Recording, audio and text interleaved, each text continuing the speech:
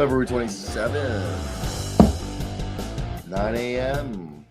Here we are, Jackson. Good morning. You tired? I'm getting my sleep back. I'm not tired, but I'm not full of life right now. No, I feel you. What's it called? I haven't been able to sleep in for the last 5 days, and I won't be able to sleep in till Saturday. Oh, that sucks. But naps are a good thing to have. See, because the issue on my end is I slept in too much. I stayed up too late, slept in too much, so then that carries over to today. It makes But you don't seem necessarily refreshed and recharged. Yeah, I mean, well, I went to sleep at 4 in the morning. Yeah, I was like, because I feel pretty refreshed actually. Yeah, I feel recharged.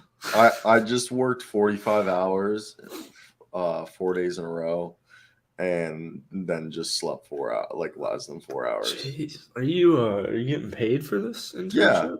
Yeah. Nice. Making a solid $15 an hour. Very nice. It's like a full-time. You're working like more than a full-time job as a college intern. My normal hours are 27 hours, but I picked up 2 shifts, so it took me 27. Well, if I was working 5 days a week, I would be working 45 hours a week. That's like the normal.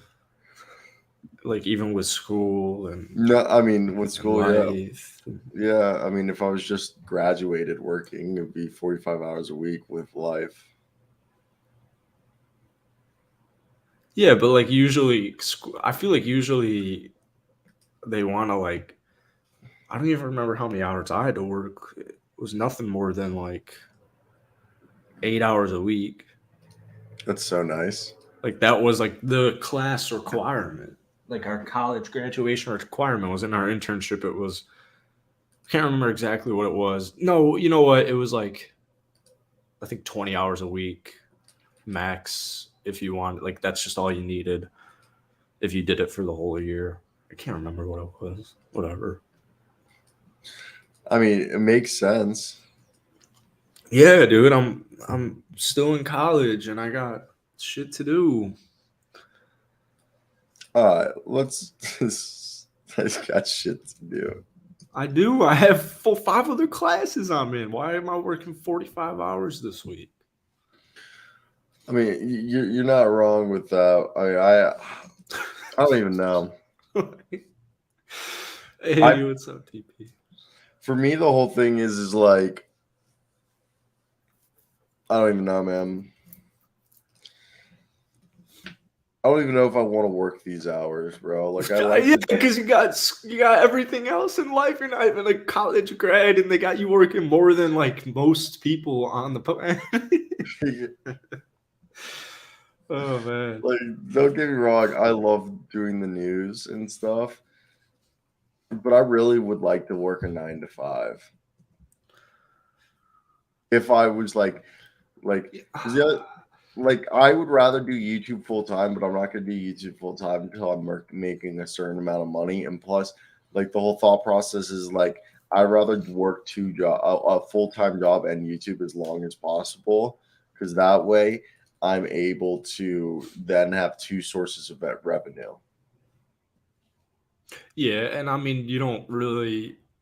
I mean, YouTube. I mean, well, that's when that's when things get tricky because I know logically what you're saying, but then like I was watching King of Queens last night, and they work 9 to 5s, and like imagine you work in the city of New York, and you live in the suburbs, and you're off work at 5, right? Well, you got to stop at the grocery store to cook dinner. You got to take you got to drive home. You're not getting home till 6:30 on a Tuesday night. By that time, first off, for you, basketball's already started.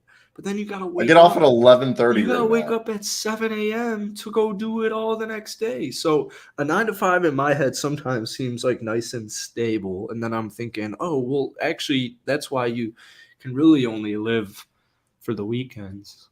I think some type of hybrid of working at home and living and working in the city. A remote job would be so clutch. I would love. Apparently, remote jobs are getting F. Yeah, Thomas. Like, I don't know how you on Earth possibly do anything you do. So What do you mean they're getting F? We'll get right into the basketball talk. My sister works but I thought they're like, the whole pandemic made remote jobs more common. yeah, 100%. But then the CEO started realizing, oh shit, no one's doing anything, and we Is this don't just need you saying any of this, these or people. is this actually sourced? No, this is actually sourced. I don't think remote jobs will. I mean, remote jobs always have been in existence. I don't think remote jobs will be anything like what they are right now. It's really hard to get a remote job right now, but the economy isn't It does as seem like much as it's very numbers. hard to get a remote job because I feel like when the pandemic was happening, everyone was getting a remote job. But now that Yeah, like the exactly. pandemic's over, everybody wants a remote job, and they're not getting. You know what I mean? Yeah, people are realizing like shit, this isn't doing much. A lot of people I know are it's like a hybrid esque. All right, you know what? We'll go to the office Monday to Friday, and then or sorry, Monday to Thursday, and then Friday, you guys were online. That's pretty good. That's stupid. You guys are that's not even hybrid. It should be Monday, Wednesday, Fridays online, Tuesdays and Thursday in person. I know somebody who does Monday to Wednesday in person, Thursday, Friday online. That's not bad. I'd do that. That one's not bad. Yeah, that's not bad at all. All right, let's get right into it. The Bucks have been sold Sold to for the cash in hand? to the Cleveland Browns owner. Like actually? Yeah, like this happened this morning. Check your phone. So Jimmy Haslam has bought the Milwaukee Bucks from Mark Lazary for $3.5 billion. Haslam will join the Bucks ownership with current co-owner Wes Edens staying following a month-long process that included several meetings among parties. And last year he decided that he wanted to sell their ownership in the Bucks. Haslam has been attending multiple Bucks games throughout the process, including sitting courtside during the Milwaukee Bucks 105-101 victory on Sunday and the December 30th victory over the Timberwolves. Sources with knowledge of Lazary's plan says he will continue pursuing business opportunities in sports, including potential ownership in another professional team. Eden and Lazary bought the team back in 2014 for $550 million from Herb Cole. As part of the sale, Cole donated $100 million to a new arena to help ensure the team remained in Milwaukee. Under Lazary's tenure, the Bucks fulfilled their promise of a new arena, Pfizer Forum, which was built and opened in 2018 August, and has led to success as well as back-to-back MVPs from Giannis and a championship. Haslam is the guy who owns the Pilot Flying J truck stops. If you guys drive cross country, you probably stop at a Pilot Flying J. And he's worth $41 billion, I believe it is. And he's already owner of Cleveland Browns, the Columbus Crew. He used to own a small stake in the Steelers. But yeah, what do you think, Jimmy Haslam in the NBA? I don't give a shit. Like, no disrespect, but who fucking cares except for nerds like you, I guess, and Bucks fans. Okay, I didn't know they were selling though. That is interesting news to hear, but it doesn't do much for me personally.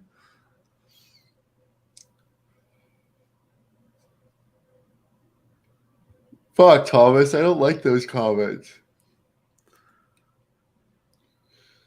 Those are depressing, man. Well, but once you become a father, your life changes. You're no longer living for yourself. You're living for your child. I want to be rich enough where I have an au pair, and I don't have to hang out. I don't have to hang out with my children. You're not gonna be. I don't think you'd be too thrilled about that decision when they're 18 years old. Think of the one Super Bowl commercial, like "Cats in the Cradle," where the What dad do you wasn't mean? around. I can't have an eye candy, like a big titted fat ass. I Like don't au think your pair. wife will be a huge fan of that, but I wouldn't be doing anything. I would just be know, looking. if you can do like a Ben or if you can do a what's that guy's name in Grown Ups? If you can do he's famous and he's in that movie. If you can pull off an Adam Sandler in Grown Up situation where you're still around your kids, maybe you work at home and you still have a nice wife.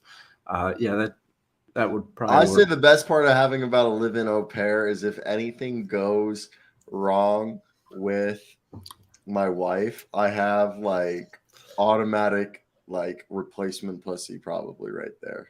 It's a bad. Got no comment. It's stupid. You didn't like that, man? I don't have any comment. I don't know. Yeah, find you. Yeah, I mean, I don't know anything about holy matrimony, so I'm not the one to ask. I mean, Thomas, I'd like to say I'm old-fashioned. I'm a tip guy. Most people are ass guys today. I'm a bit old-fashioned. Boob guy through and through. You? Old-fashioned sounds pretty good. No, I'm flipped. If I had to. Oh, you're modern. Yeah, You're a contemporary. That's so stupid. That was all right. John Wall to the Phoenix Suns. Oh, You don't see too you seem a little enthralled with that. yeah, I am a little enthralled about that. I don't know. I don't think that's This has come really from what they need. Chris Haynes and Mark Stein. Chris Haynes of Bleacher Reports in TNT and Mark Stein of the Stein Line write that they're looking for another ball handler. We heard yesterday that they're monitoring the Derrick Rose buyout situation, which then Derrick Rose replied, and from what we heard, they're not buying him out. They just because because he has a team option, which complicates things. He has technically multiple years left on his contract, so they're just going to decline his team option. He'll be a free agent in the summer. Now, John Wall is a guy that we're not hearing much of, and both of them they're saying they're not hearing much of at all. And if there's even a market there. If there was a market, I've kind of put three teams together. The Phoenix Suns as an option. You know, Cameron Payne, Chris Paul, John Wall's great third option. Washington Wizards, Kendrick Nunn, Monte Morris, DeLon Wright, John Wall. Might be a logjam at that point. Or the Miami Heat, Gabe Vincent, Kyle Lowry, John Wall. But what are your thoughts on John Wall and why do you think there's not a market for him? And yeah. Oh, he's not good anymore. That's why there's no market. He's inefficient. I think he could be a solid backup. Well, that's what he was in Los Angeles. So I don't hate the fit with Phoenix. I think he probably would be a better fit in, Bradley Beal's done a really good job at distributing. I think Miami would probably be a better fit than Phoenix, but if Phoenix got him, I don't think anybody would be complaining. I think like Cam Payne's just got back recently. He's huge for the squad. So, I know Chris Paul, you kind of want to monitor. I don't know.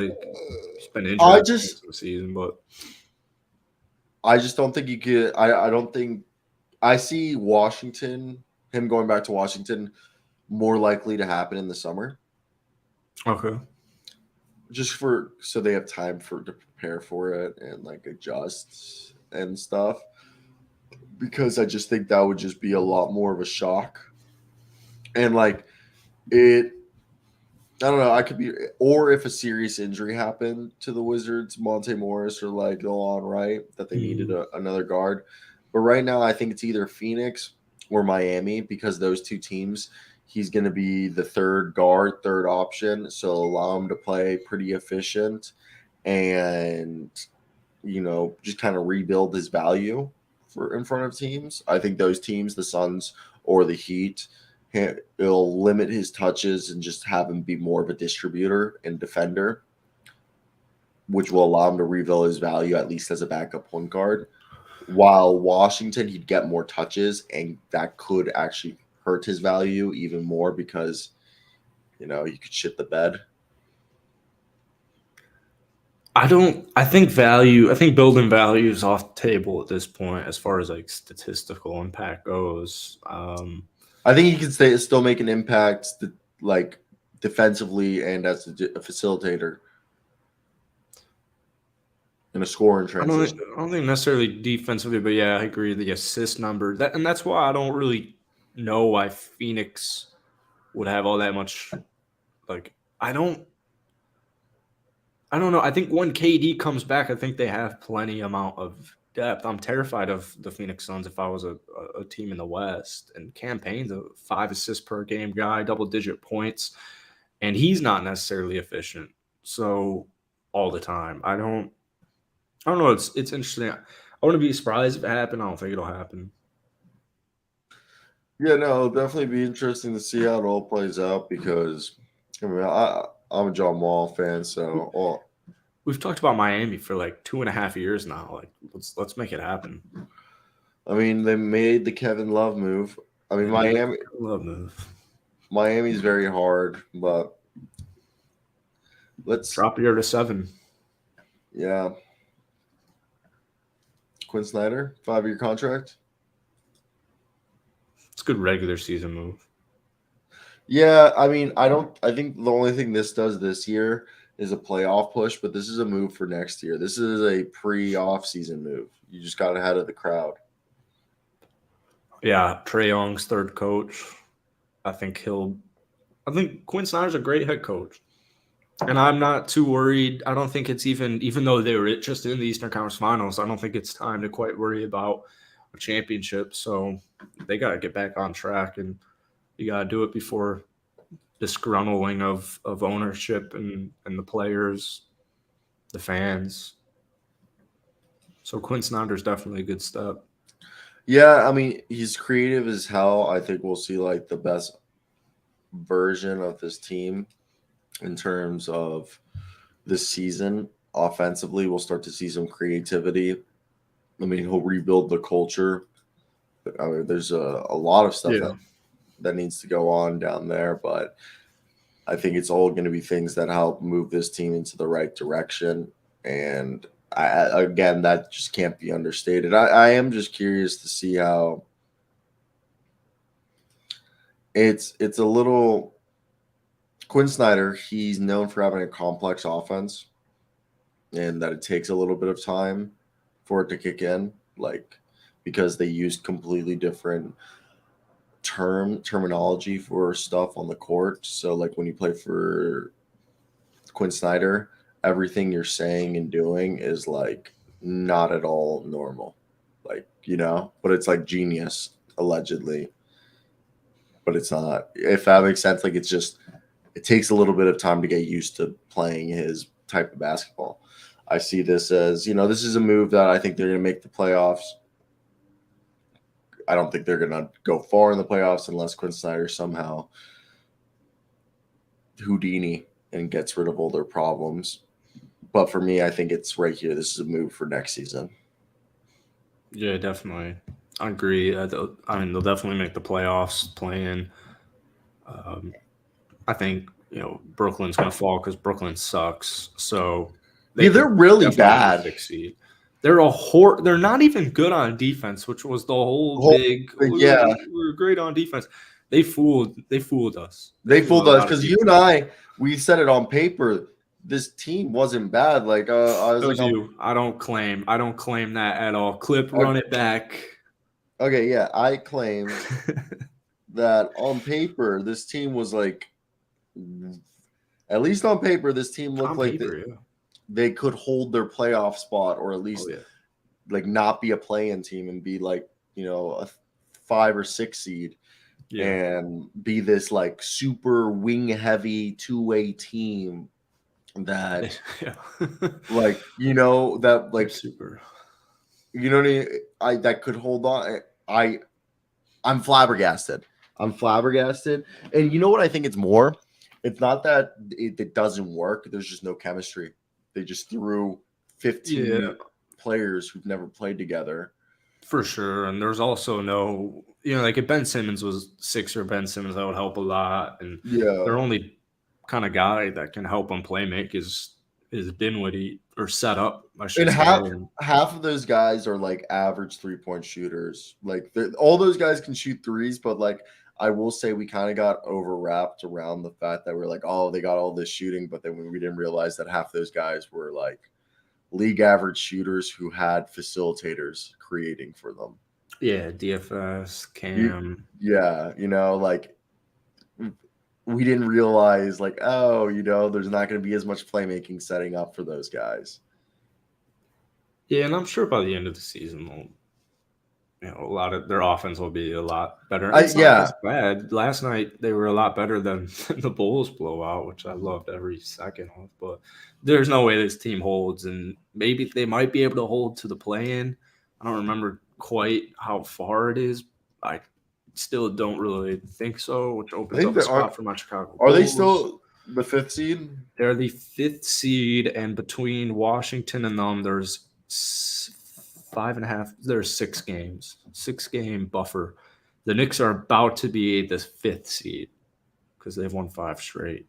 The Miami Heat suck right now, so you just never know. A lot of these teams are going to be playing each other. Like the Bulls taking down the Washington Wizards last night. So is Damian Lillard MVP?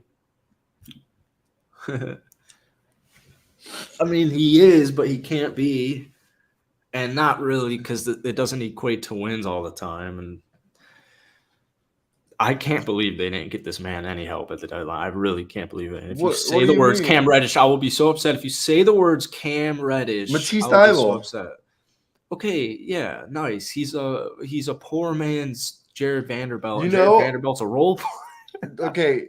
Also, completely different players. Matisse Thybulle is the wing version of Ben Simmons, is what you should say, without the passing ability. So fuck you, Matisse Thybulle. Yeah, they put up the same stats. One of the best defensive players in the league, Matisse Thybulle. Fuck you.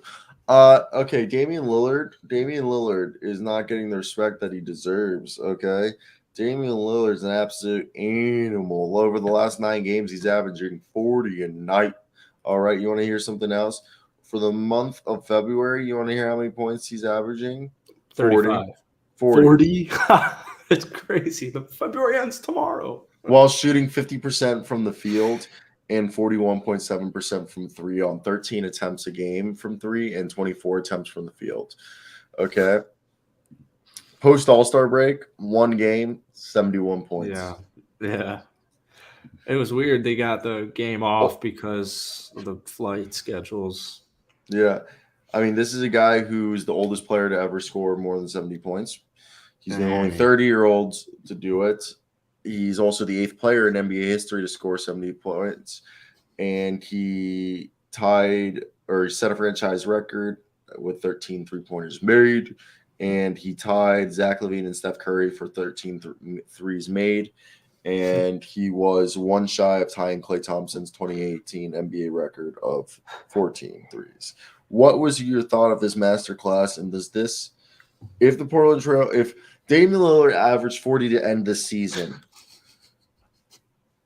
post All-Star break, and the Portland Trail Blazers are at least the 6th seed, could Damian Lillard take away the MVP trophy from Nikola Jokic? No, there's a lot of stuff that needs to go right. The injury to Anthony Simons definitely doesn't help it. I think Anthony Simons is overrated. This team might be better without Anthony Simons. And I would agree with being a little overrated. I don't think he fits what Portland needs at all. And I don't know. I'm surprised he's still on the team, but I guess if you're going to make that big he's a great trade asset that I was surprised that I agree. I don't understand why they're obsessed with this small backcourt. I'm like, you look at the Warriors. You have the blueprint. Play Dame, set it up like Dame is your Steph, which he is, and then you need a 6'7" shooting guard. And even look at Philadelphia with Tyrese Maxey, kind of similar-esque physiques. And what is Tyrese Maxey coming off of now? He's coming off the bench. So I agree. I don't think Anthony's a guy, but it's going to be really hard. I know Portland is only the 11th seed. The Pelicans have been struggling. The Timberwolves have been struggling. There's the Utah Jazz. So I think Dame would be able to propel them. Don't forget about my Los Angeles Lake show. I don't know what on earth they did at the deadline. I really don't. Matisse Thybulle, awesome. You're right. Yeah, he can give me 7 or 8 points on a night-in, night-out basis. Cam Reddish can do the same thing on 40% shooting and 33% from downtown, and it's like, luckily you have MV Dame. We're talking about Cam Reddish through 5 games is averaging 13 points, 46% from the field, 38% from 3, 2.5 rebounds, 2.5 assists, 1.6 steals a night. Yeah, so obviously you know this as well. If we go back to, and he took a whopping 3 points shots last night. Obviously, you know, in college there's this big potential for Cam Reddish, right? There's this huge potential. Cam Reddish is in his 4th NBA season. Where is it? This is exactly what happens in college. One game, he'll have 20-something points. The next game, you'll forget he's on the court. In college, he shot 40% from the field, shot 33% from downtown, and the most inconsistent player you can think of. It'll always be a what if for Cam Reddish. I'm off the train. I'm not saying Cam Reddish, though, is performing well in the 5 games. I'm just saying, like, you can't deny the fact that. But the other thing is he's played for now 3 NBA teams. He's had 4 NBA coaches, and he says, and Chauncey Billups literally told him when he came here, "You have a clean slate with me. Everything you do from this moment on is a clean slate with me." So, like, I think he's taking full advantage of this opportunity, and fuck you. Well, see, it's just the thing is typically, like, as we're kind of starting to see with Trae Young now, is when you play when you're in your 4th year and you have, what did you say, 5 different coaches or 3, that typically starts to look a little bit more like the player. But I know the Cam Reddish hype is extremely high, and he's averaged 13 in his tenure with Portland. I don't really get the hype, but yeah, teach their own.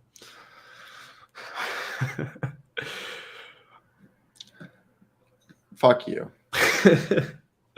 It was it's not the worst move you could have made, but I would have enjoyed if Portland did a little bit more to get my man Damian some more reliable help. Yeah, I mean, because next game Cam will probably have 17 points, and then the narrative once again is, you know, he can offer this. It's just a higher ceiling and it's a lower floor. You never really know. It's just he'll have some good games and he'll have some bad games, just like college and just like his first 4 years in the league. So, do you know what's something crazy about LeBron James? The teams he's always on are creating NBA history. Like the 3 team being the first guy to ever lead a team back from a 3-1 series to win an NBA Finals. Teams before last night were 0-138 this season when trailing by 27 plus points. Until last night, the Los Angeles Lakers came back from 27 points. Jared Vanderbilt and Anthony Davis were inhaling any rebound, anything inside. LeBron James, Dennis Schroeder took this team to win the game 111-108. What were your thoughts? And is LeBron James going to add a new chapter to his book of what a great story career it has been? And that is, will he go on and lead his team on the greatest 23-game stretch in NBA history to take this team to the playoffs and potentially a championship run? Greatest 23-game stretch in NBA history. I think they already. I remember when Miami won like a bunch of games, but that obviously wasn't to end the season as being the 13th seed after. It's also the savior season. This is the 23-game stretch. Is this going to be the most historic? Because I said this in my video last night. This 23 game stretch, okay, yes, it's just the end of the season, and whatever happens in the playoff is going to be more important. But if he goes on a 23 game stretch where they go 18-5, end up as the 6th seed, and then either make it to at least the Western Conference Finals or even make it to the NBA Finals, and if they just lose or they win, whatever, this will be, this will be what go down. Like there will be books, there will be documentaries made of you when the Lakers traded half their team basically, and LeBron James said, like, it's do or die time, and he turned his whole season around. This would be a bigger turnaround potentially than the Ime Udoka led Boston Celtics.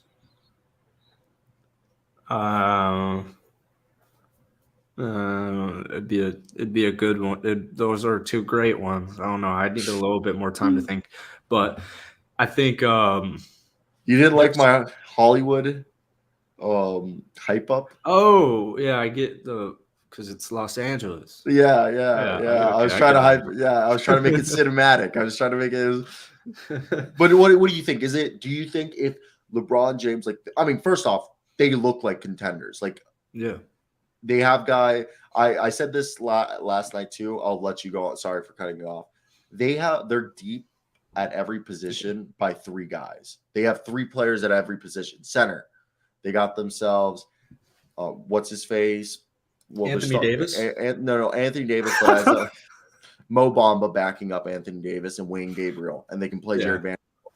At power forward, they have Jared Vanderbilt, Rui Hachimura, and then they can play Wayne Gabriel or Anthony Davis or LeBron or Troy Brown. Then at with the wing, they have LeBron, Troy Brown Jr., and what's his face? I'm literally blanking on the third guy right now. Austin Reeves, Troy Brown Jr., and Max Christie, as well as at shooting guard, they got themselves Austin Reeves. Okay. They got Dennis Schroeder. And this is D'Angelo Russell's still there. Like, at every single position, this is a team that I think, if you look at the Lakers, they're 3 deep, okay? And that wasn't the case a month ago where, D'Angelo Russell, Dennis Schroeder, Austin Reeves, Scottie Pippen at point guard, then Malik Beasley, Austin Reeves, Lonnie Walker, Max Christie, then LeBron James, Troy Brown Jr., Lonnie Walker, Austin Reeves, Devon Reed, then Jared Vanderbilt, Rui Hachimura, Troy Brown Jr., Wayne Gabriel, LeBron James. Then at center, Anthony Davis, Mo Bamba, Wayne Gabriel, Jared Vanderbilt. Like, you're deep at every position with multiple players. And what are your thoughts? Yeah, I agree fully. I mean, it was the biggest fleece in recent NBA history to me, trading away Russell Westbrook. I don't think it's any coincidence they're 4-1 without him, 3-game win streak, while the Clippers have lost 2 close back-to-back games in overtime. Just like, that's exactly what happened with the Lakers the entire first half of the season. The Lakers are the team that's been in the most clutch type of games. And you're right. I know I've talked about this too many times. It's just like the bubble with AD when he came back from injury. If he could just be healthy for 2 months, if he can be MV Davis for 2 months, then he gives them a fighting chance. It's all contingent on Mr. Anthony Davis. And D'Angelo, the injury isn't as bad as they were expecting. But how many weeks did they say? I don't even know if I'm seeing all these guys after All-Star break. Like, I'm like, I don't even know. I didn't even know you guys came back. Like, I'm trying to think of an example, but of course I'm not going to think of one off the dome. Campaign. I didn't know Campaign was cleared to play. So I'm not quite sure. I didn't know Campaign was clear to play either. Exactly. Like, there's just, you miss. It's been a whirlwind. Because there's no news. There's no injury news from the end of, or the last game of before the break to the night of the break. Yeah, and back. They just expect you to remember all the players that they told you. Most of the players who have came back after All-Star break were the players where they're like, oh, expect this guy to return after All-Star break, and you just forgot about it because they said that at the end of January or the beginning of February. And you're like, okay, well, it's been a month, so I kind of forgot it. Yeah, it'd be like if Steph, they're not getting the Steph treatment. You'll know when Steph. Is it Friday? Also, Jake Paul is Monday. No. Is it Friday? Kevin Durant's debut, March 1st. Oh, it's Wednesday against Charlotte, I believe. I thought it was the Kings. I think they're aiming for Charlotte. They're aiming for Charlotte. Okay. Is that one? I think that's Wednesday. I thought it was against the Kings March 1st. I think it's Charlotte. Okay, I could be wrong. I'm pretty sure it's March 1st. I guess it's Charlotte then. If March 1st is the Charlotte game. Either way. Oh yeah, that is March 1st, dude. February ends tomorrow. That's right. Yeah. So I was just making sure right there. But what was I just saying? What were we just talking about? So they're one game back from the Timberwolves and the Pelicans for the 9th or 10th spot, and then to get into outside the play-in, they are how many games back? 2.5 games. So, but I've said this. What are the win streaks? What are the win streaks for all the teams in front of them? Pelicans and Timberwolves lost 3. They're going to pass the Pelicans Timberwolves. They're going to pass the Pelicans. Yeah, Warriors and Jazz have won 2. But last 10. Warriors and Jazz, last 10. 5-5, both of them. Okay, so I think right now they're going to pass the Timberwolves and what was the other team? Timberwolves and Pelicans. That's a fact. They're 4-6. That's the thing with the West is all these teams are playing each other. So if you just win 5 straight, the Lakers are 2 away from that. You'll be right there. I mean, you'll be right there. I think Lakers Memphis. That's a great game tomorrow. Oh my goodness, that is an awesome game. They have Minnesota coming up. They have Golden State coming up. Like there are a lot of opportunities. They're just gonna. It's just like the Bulls. That's a 3-game stretch that could, if they win 3 in a row right there, that could be the difference. Huge, like you said. The Pelicans and Timberwolves have been floundering, so I expect them to surpass those teams in the next week in the standings. Then it's Golden State and the Timberwolves. You said, and they play both of them. I'm a Timberwolves fan, but I think there's some problems there. I think they can pass the Timberwolves. I think the Timberwolves are looking more like a play-in team. The Jazz are a toss-up because Lauri Markkanen's on some crack right now. Like, I mean, that man is on a mission. That man is can't be stopped. So the Jazz are a little bit harder to diagnose, but Swaggy coming out of nowhere with that 7-17 without Zion. Also, do they need him? I have no update on Zion, by the way. Can we spend 2 minutes talking about Zion real quickly? Wait, yes, but real quick, the Los Angeles Lakers, I know you roll your eyes when I say this, I'm sure, but the Los Angeles Lakers, you pair me up against any team named Denver, Memphis, Sacramento, or Los Angeles or Dallas or any of those teams. Phoenix still toss up. Lakers win that series. Bang. Bang. I felt like this tooth was chipped. Oh, I hate that, dude. That's like my... I had one time recently in the last couple of years. It was the worst thing in the world. No, I'm good. Well, I had these teeth filed this past summer by my dentist because playing basketball, I had my teeth were like really chipped. Like all my teeth are like they weren't chipped where it was like noticeable, but if you looked at it, my teeth were jagged at the end of it. You know what I mean? Because I chipped it so many times playing basketball. Yeah. So I had my dentist go in and file my teeth like to make them smooth. The filing is not bad, but yeah, I hate the chipped teeth. Yeah, I had but okay, so Swaggy, and I do want to talk about this. Why is no one in years past when Zion would be out for an extended period of time? Do you need a shit? No, I was thinking about chipped teeth. You look like you were like trying to ward off. Yeah, you look like you were like puckering your asshole, trying to like hold in the shit, bro.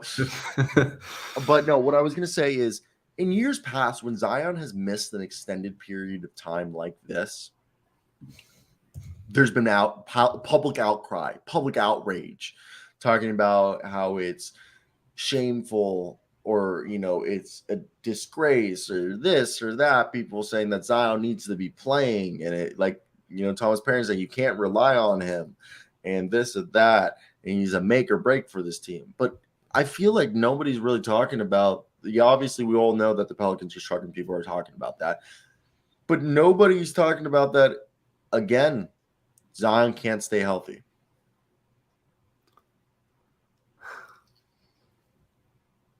Yeah. When is enough enough?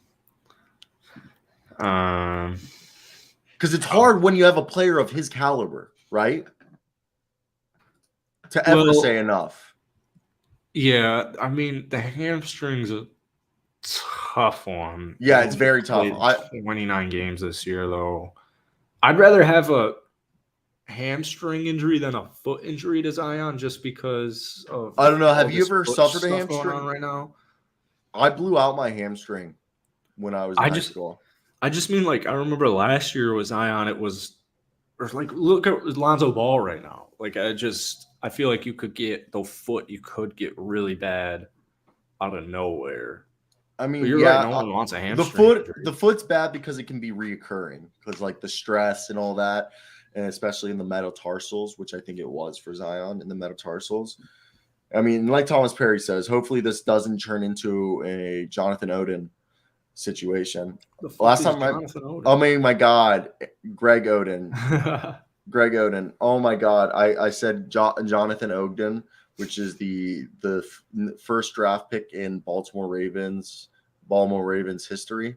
Oh, wow. In 1996, when we got our first draft pick ever, he's a Hall of Fame left tackle, Jonathan Ogden. And last time I made a video talking about Greg Oden, I referred to him throughout the video as Jonathan Ogden. And everyone like died in the comments. They're like, my man was talking about the Ravens Hall of Fame left tackle. That's fine. But Greg Oden.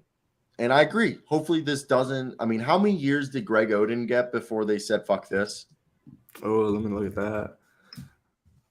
I mean, Greg Oden also wasn't a 26 point per game. No, player. I know. Ooh, I mean, yeah, Greg Oden was.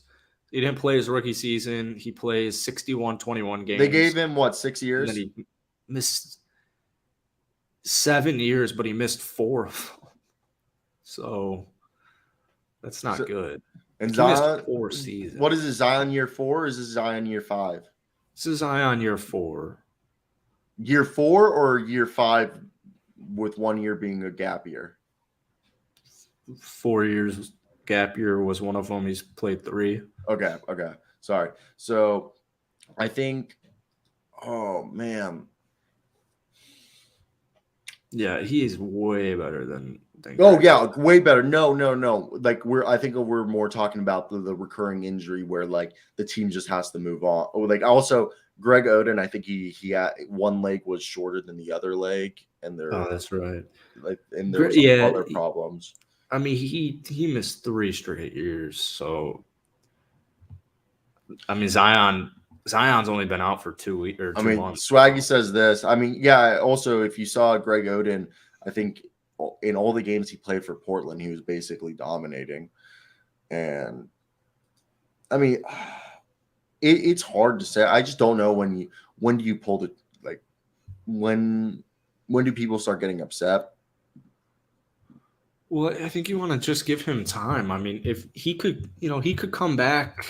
They said he'll miss a couple of weeks after the All-Star break. So I don't see why you don't just – I mean, what if he comes back at the end? What if he comes back in 1 week from now? But I agree 100% with everything you're saying. What if he comes back in 2 weeks from now and they go on this crazy, magnificent run and they, get out of the play-in tournament and – maybe this year they actually take down a top team, and I believe it. Right. I believe it. Zion just has to be available. If Zion is there, I believe it.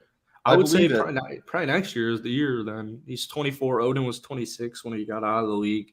So I don't want to compare him to Greg Oden. That's not what I'm intending. But I'm just saying, like, if Zion, if this same thing happened next year where he plays 20 games and it's just the whole what if.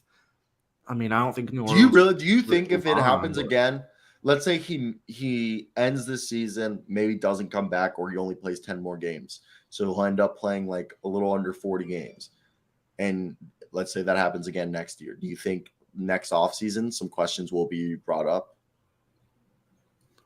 How much longer could these injuries happen where he's playing less than 40, 50 games a year? And then next year, man. You think? Well, 40, 50 games is pretty good because he's only done that one time. Okay, so let's say under 40 games. Year. Under 40 games, if he does. Yeah. I would say worst case scenario is if Zion doesn't come back at any point in this season and then he's played 20 or so games and then misses over half of next year, yeah. You have to. I wouldn't want him. As good of a player as he is, if I'm a team, I can't do that. You're right. Joel Embiid did take his time. That's a good point. Look at him now. I'm just saying from a business perspective, if you're Zion or if you're the New Orleans Pelicans in over a year from now, and this keeps happening and you keep losing in the plan because you're still waiting for Zion, I just think, yeah, the best questions are going to rise, man. The best what is it? The best ability is durability or availability or whatever they say it is. Best reliability, I think. Yeah, something like that.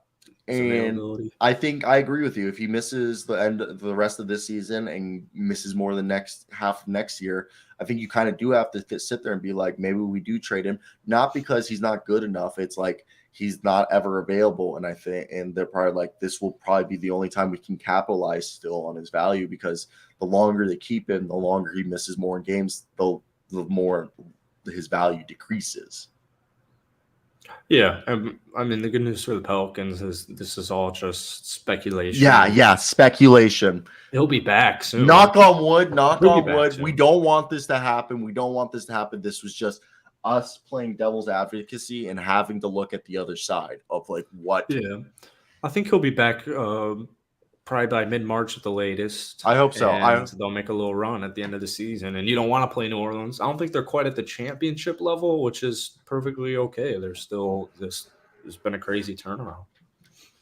So let's talk about two big boys, former number 2 overall picks, right? If I have to say so. They're playing together now. I think Bagley won too, right?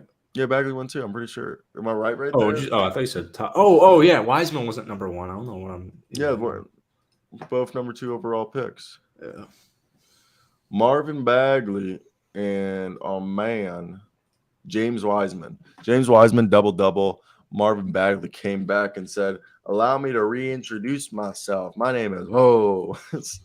And he had 18 rebounds with 21 points. 11 of those rebounds were offensive. And yeah. What do you think? I guess this is more so. I mean, Bagley's only played like 26 games this year. That was his comeback. He missed several weeks due to injury. I thought it was a really good game, and he's just showing that he does have value. But let's talk. Everybody's here wants to know about James Wiseman. 3 games through his tenure, about a little under 23 minutes a night, averaging a little under 10 points a game, 8.3 rebounds, 0.3 blocks, 50% from the field. Nothing spectacular, but what are your thoughts? Back-to-back, almost double-doubles.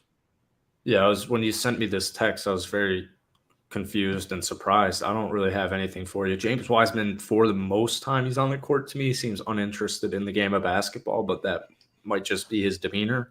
Marvin Bagley is a great redraft that they did, and he's on an extremely team-friendly contract, and he'll be a part of this team for hopefully a couple of years. But the injuries to Jalen Duren and Isaiah Stewart certainly opened up that window. I'm curious how the last 20 or so games are going to look in their front court. Yeah, no, definitely. Do you think they trade one of the guys? I think 100%. I don't know who it's going to be. I think it's Bagley the most likely. I think it'll be it could be. You got to look at contracts. I think Wiseman will probably go one day. Unless he takes off next year. A lot of Pistons fans are big fans of keeping Beef Stew for the energy purposes off of the bench. And I think Beef Stew can play power forward. It's interesting. It's a little bit of a logjam, but hopefully. From what I've read, the hope is Beef Stew, because he has a 3-point shot, and James Wiseman can both play power forward. And then Jalen Duren and Marvin Bagley will be pure centers. And that's fine. Detroit will make the playoffs next year, regardless of who their front court is. But yeah, as long as they don't get Vic, the number 1 spot, then dude, they get Vic, they have to trade. They have to trade like 3 of them. Yeah, they could bring all of these guys back. There's no rush. Maybe the Pistons are like, look, Orlando's doing a good job being big. Let's go big ourselves. Yeah. Isaiah, get on the 3. Get on the perimeter. I did think that was funny. All right. Let's talk about what is this? The second best. I'm trying to remember this isn't the first win streak they've gone on. This is the second long ass win streak they've gone on this season. And I personally think this is like, what is it, 14 games they're at now? Milwaukee Bucks. Oh. What is your thoughts on the Milwaukee Bucks looking like a team that could what? I don't know. I've had so many takes that so many people get upset about, and I just feel so good that my Bucks are the best team in the East take has matured like fine wine and a fine brick of cheese from Vermont that's been aged 3 years. That's also in the fridge right now. And Why Vermont cheese? Why couldn't you get something from like Belgium or France? Some I don't cheese like with smelly worms. cheese. Okay. Yeah, this team's really good. Welcome back, big guy Bobby Porter. Same thing that we were talking about earlier on in the show. When the hell did he come back, and when the hell was that reported? But neither here nor there. As long as this team is healthy, they'll make it to the NBA Finals. And if I'm a Celtics fan, which one day hopefully Luke comes on here and I can berate him about this as much as he won't want to hear it, I'd be terrified of the Milwaukee Bucks because the Boston Celtics at no point in this season, except for when Jason Tatum can clutch up in the last shot. The Boston Celtics love to blow leads. They do love to blow leads. And I personally think that how do you stop Giannis Antetokounmpo? And this team Build has, a wall. yeah, build a wall. My question is if like you're an opposing team, you should just put a wall in front of Giannis Antetokounmpo. But no, yeah, I just think like this team has learned how to win without Chris Middleton this season. They've gone deeper. And not even just Jay Crowder. I mean, they were able to Grayson Allen. But yeah, no, this is a team that I think has shown, hey, we can play basketball. And shout out Jay Crowder. For a guy who hasn't played basketball all season in 2 games, averaging 8 points, 63% almost from the field, 80% from 3 rebounds, a steal, and assist a night in his 2 games. I mean, good job for a guy who's not played this season at all, just being able to show up and, make the impact that's been needed. Now, what are your thoughts on the Milwaukee Bucks last night? We got to see Grayson Allen, Bobby Portis, Brooke Lopez, Drew Holiday, Javon Carter, and then off the bench, Chris Middleton, Jay Crowder, Joe Ingles is the main rotation with a little bit of Pat Connaughton. And you even got a little Myers Leonard for 5 minutes, baby. Okay, Myers Leonard now, he has played 2 games, 4 points, 40% from the field, 50% from 3. He shot 4 3-point shots, made 2 of them, and shot 5 shots from the field, making 2 of them. 6 rebounds total. Steele, what do you think of the team that everyone but Giannis Antetokounmpo? I just told you what I thought about this team. They're going to make it to the NBA Finals. If they're healthy, they'll make it. Chris Middleton's the big X factor. As much as they look good with as well as they did without Chris Middleton, it's the playoffs are not the regular season. So I still need a healthy Chris Middleton, which he's getting back there. And if Chris Middleton is healthy and Giannis is healthy, I guess now the Milwaukee Bucks will make it to the NBA Finals. Russell Westbrook averaged 17 points and 56.5% from the field, 33% from 3, 9 assists, 5 rebounds, and 3 steals since joining the Clippers. But they have yet to win a game.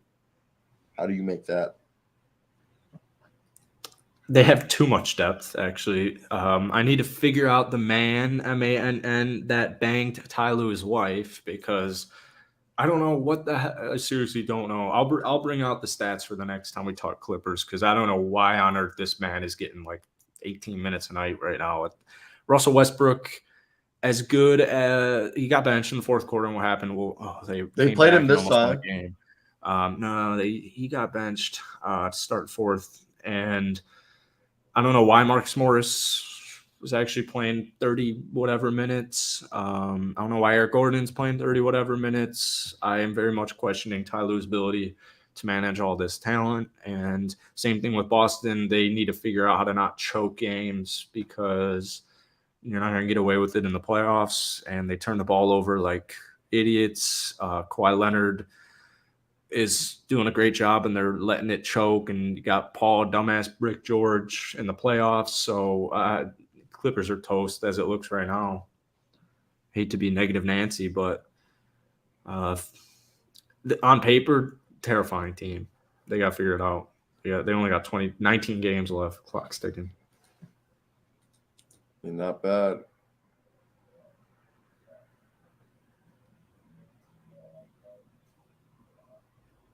I don't know why there's this black flash in my Girl Scout cookies package. It's a camera. I'm like, yeah, I've heard it all weekend, and I'm like, it's a camera. You're being monitored. No, I'm just reading shit from. You ever deal with DHL, by the way? The shipping company? Yeah. But I mean, first off, well, yes, I've bought stuff from I've gotten DHL before. I always feel weird when I get DHL. I also feel like I'm an Entourage. They're the worst company that's ever existed. Sorry.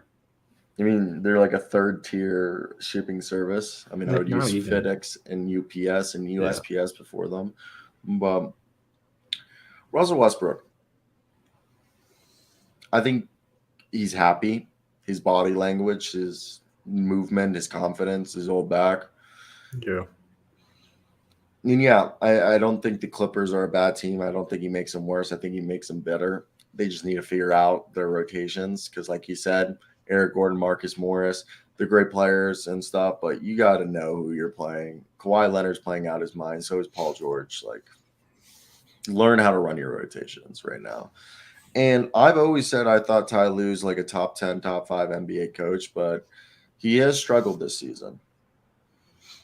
Yeah. There's just a lot to manage.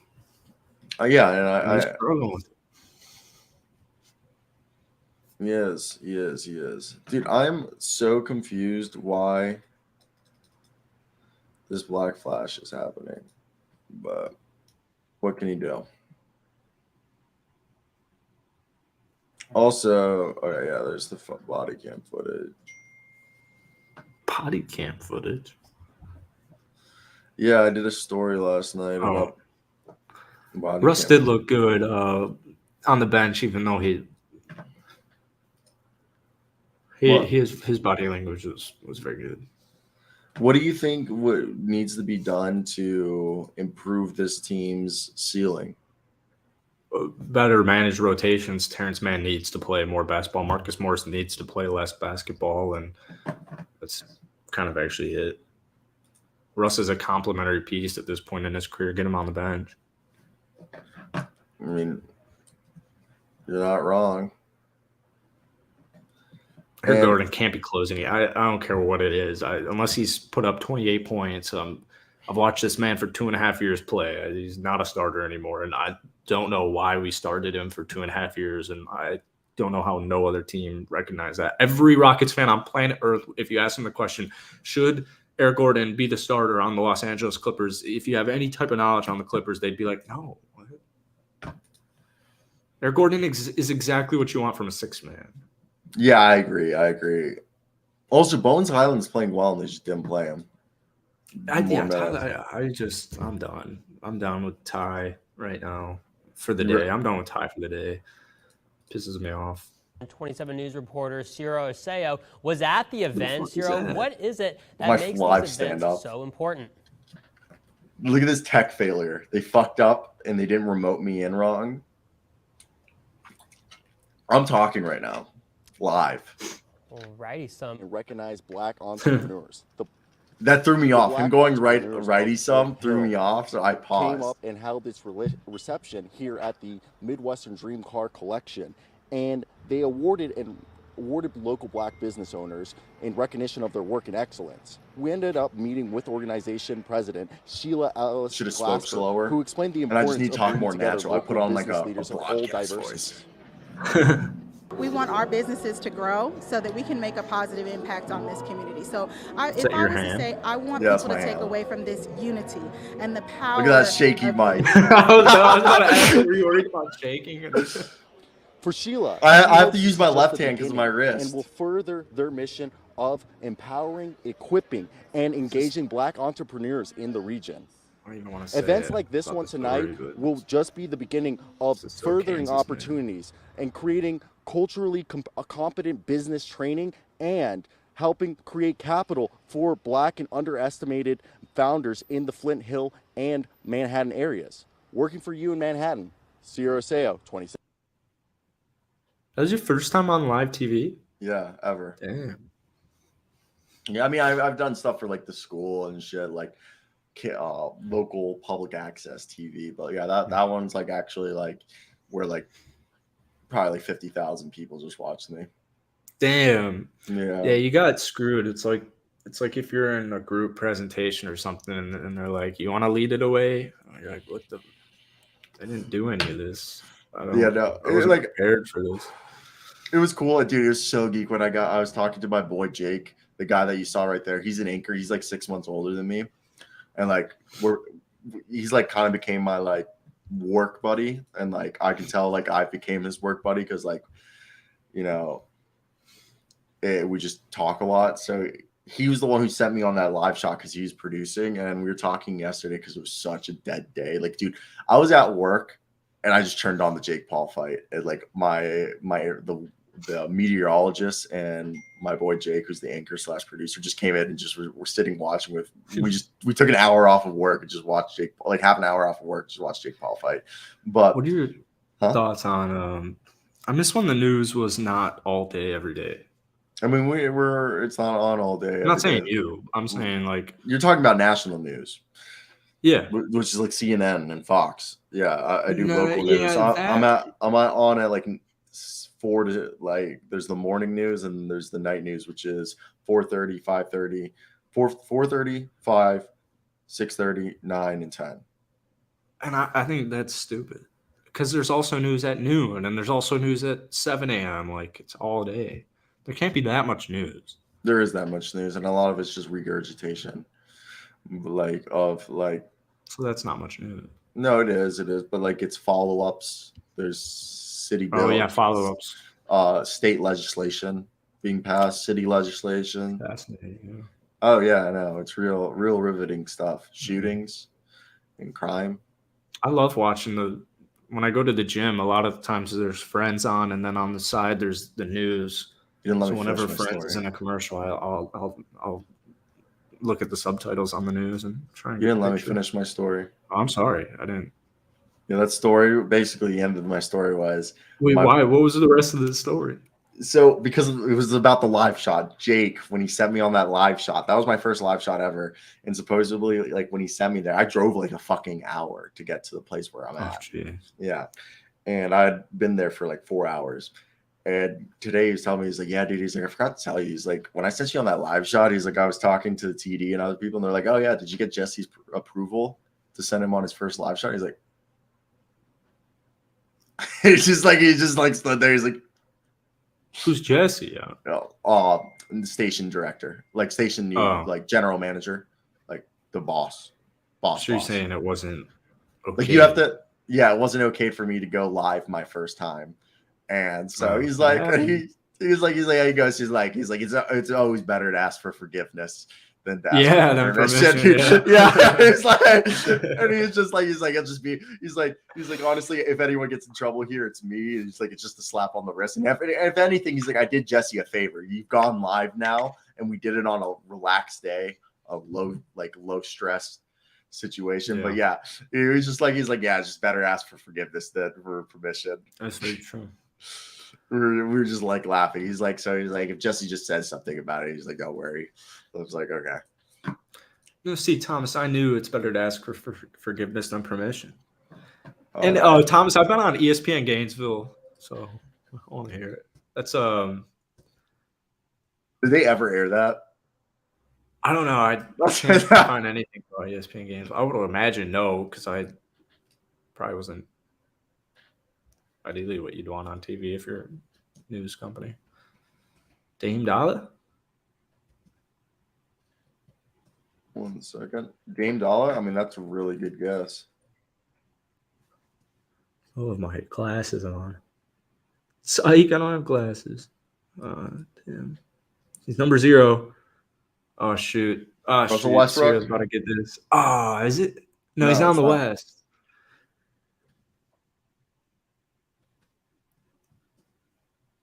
What's the silhouette look like?